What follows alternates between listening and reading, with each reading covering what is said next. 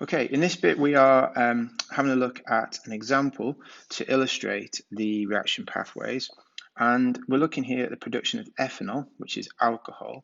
And there's two routes we can use. We can use the fermentation route, or we can do it in industrial situations where we take ethene and react it with steam. So let's do a compare and contrast of these two as we go down.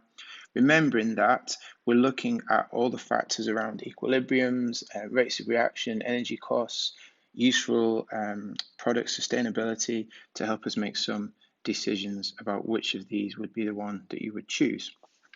So first off, the fermentation process uses sugarcane. Sugarcane is renewable, therefore that process is sustainable. If you've got the right climate, you can grow new sugarcane, you can harvest it, and you maintain that process. If we're obtaining it from ethene, remember, alkene, hydrocarbon comes from crude oil. Crude oil is non-renewable, therefore that is a finite resource. And that as a method is not going to be as sustainable in the future. Temperature. So you've got here quite a low temperature, which should be easy to generate in terms of energy and costs. Here you've got a much higher temperature required, therefore that's going to require more energy, and therefore we'll have more costs attached to that.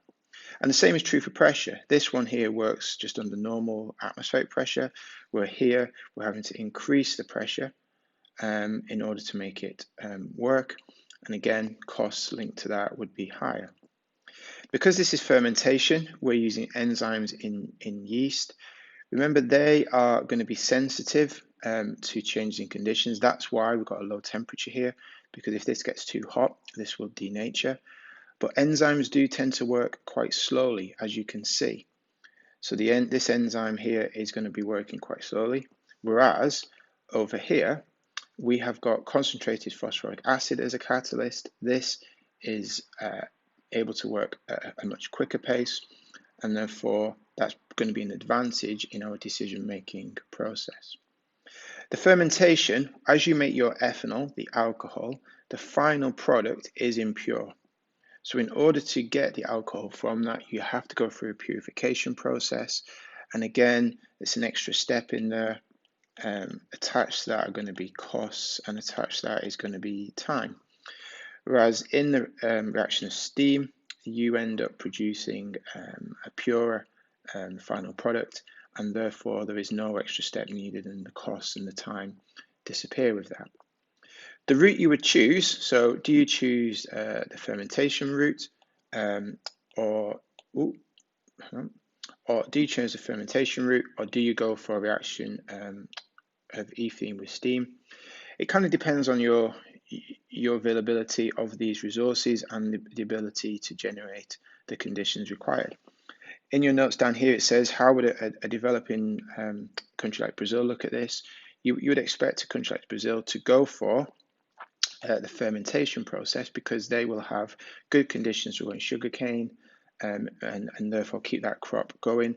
And this, therefore, would be a much more environmentally friendly way of working.